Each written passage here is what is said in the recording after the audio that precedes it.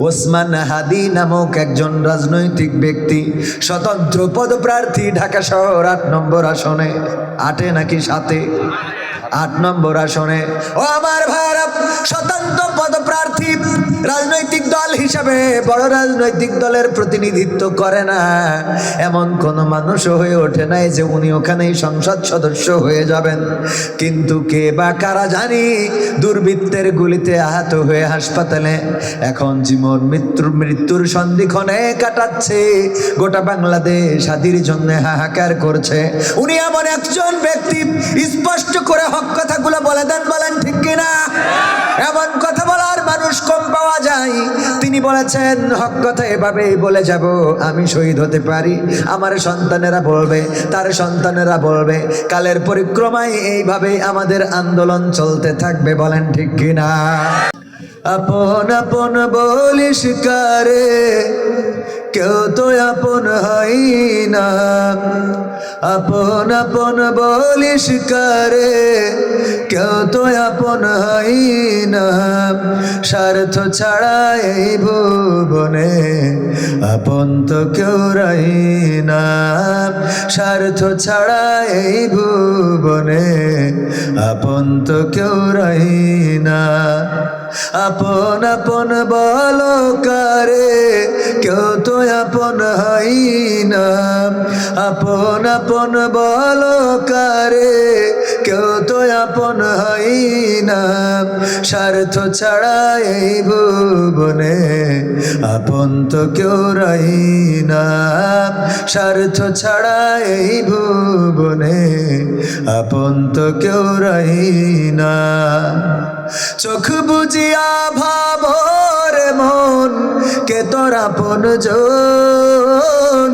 ভালোবাসা পাওয়ার জন্যে আছে কি কারণ? চোখ বুঝিয়া ভাবো মানুষ, কে তোমার আপন জন। ভালোবাসা পাওয়ার জন্যে আছে কি কারণ?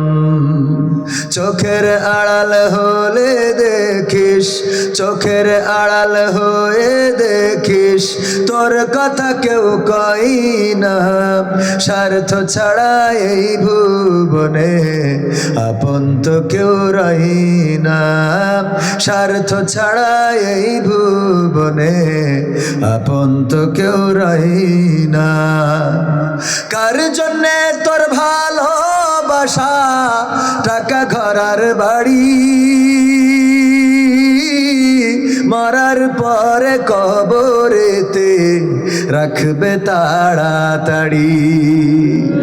কার জন্যে এই ভালোবাসা, টাকা ঘরার বাড়ি, মরার পরে কবরেতে রাখবে তাড়াতাড়ি। বিনা লাভে বন্ধুরে কেউ, বিনা লাভে বন্ধুরে কেউ তুলার বোঝাও বই না। স্বার্থ ছাড়া এই ভুবনে আপন তো কেউ রই না। স্বার্থ ছাড়া এই ভুবনে আপন তো কেউ রই না। আপন আপন বলিস কারে, কেউ তো আপন হয় না। আপন আপন বলিস কারে, কেউ তো আপন হয় না। স্বার্থ ছাড়া এই ভুবনে আপন তো কেউ রই না। স্বার্থ ছাড়া এই ভুবনে আপন তো কেউ রই না।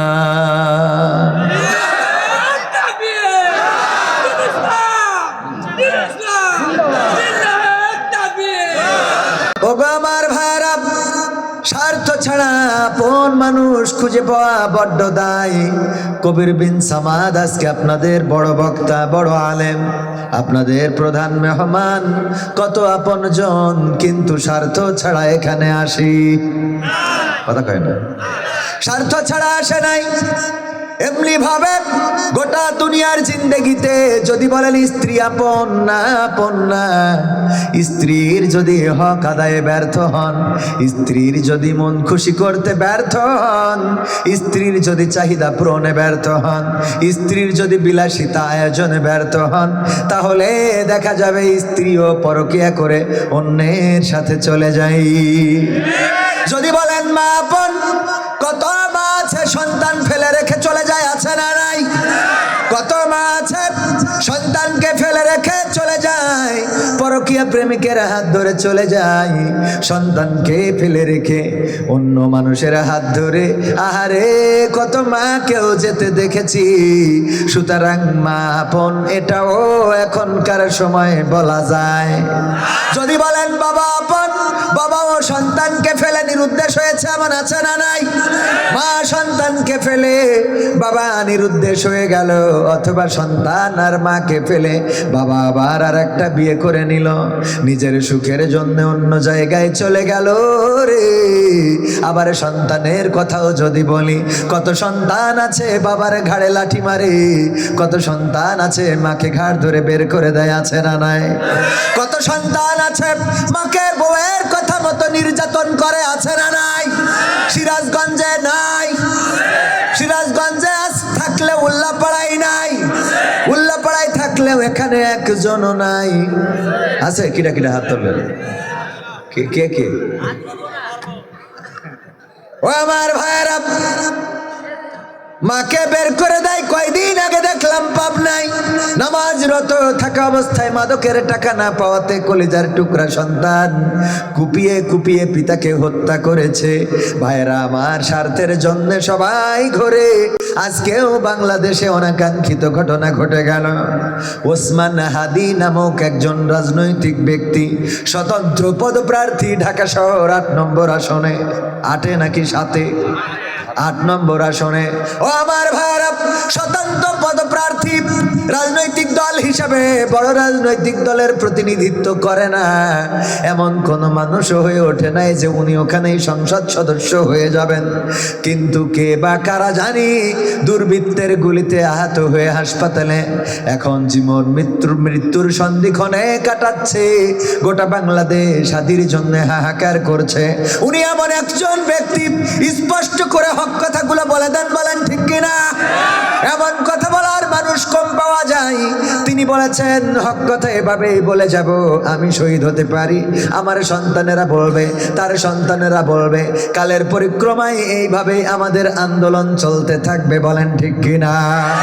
অনেকেই মনে করে যদি আমরা অমুককে ফাঁসি দিতে পারি, যদি আমরা কোরআনের পাখিকে পৃথিবী থেকে বিদায় করে দিতে পারি, তবে মনে হয় কোরআন বলা লোক বন্ধ, কোরআন বলা লোক পাওয়া যাবে না, কোরআনের মাহফিল বন্ধ হয়ে যাবে। কিন্তু বাংলাদেশ প্রমাণ করে দিয়েছে আল্লাহ রাব্বুল আলামিন যুগে যুগে কোরআনের পাখি প্রেরণ করে দিবে।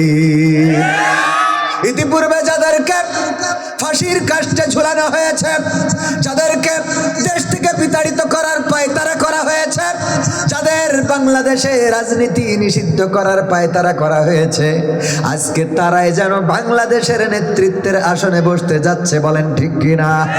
নদীর কুল ভাঙে ও কুল গড়ে, এই তো নদীর খেলা। সকাল বেলার ফকির তুমি, ধনী সন্ধ্যা বেলা। ও আমার ভাইরা, বলছিলাম আপন কেউ নয়। হাদিকে যে গুলি করা হলো, ওসমান হাদিকে যে গুলি করা হলো, গুলি করলো কোনো না কোনো স্বার্থের জন্য, কোনো না কোনো স্বার্থের কারণে, হয়তো 2 লাখ 5 লাখ টাকার জন্য, অথবা রাজনৈতিক প্রতিপক্ষকে দমন করার জন্য, অথবা রাজনীতিতে বিজয়ী হওয়ার জন্য। কিন্তু বলেন দেখি, আজকে যদি হাদি শহীদ হয়ে যায়, যারা গুলি করলো ওরা কি কিয়ামত পর্যন্ত বাঁচবে নাকি?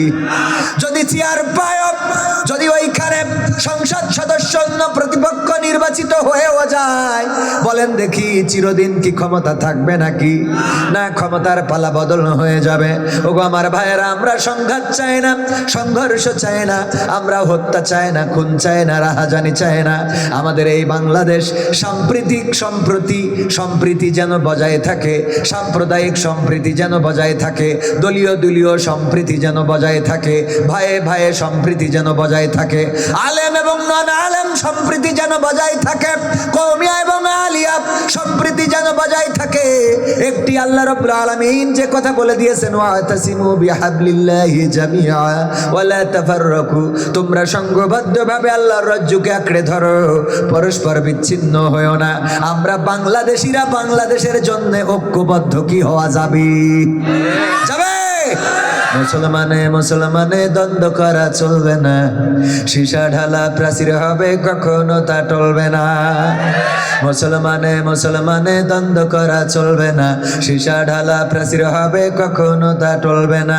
মুসলমানে দ্বন্দ্ব করা চলবে না, সীসা ঢালা প্রাচীর হবে, কখনো তা টলবে না।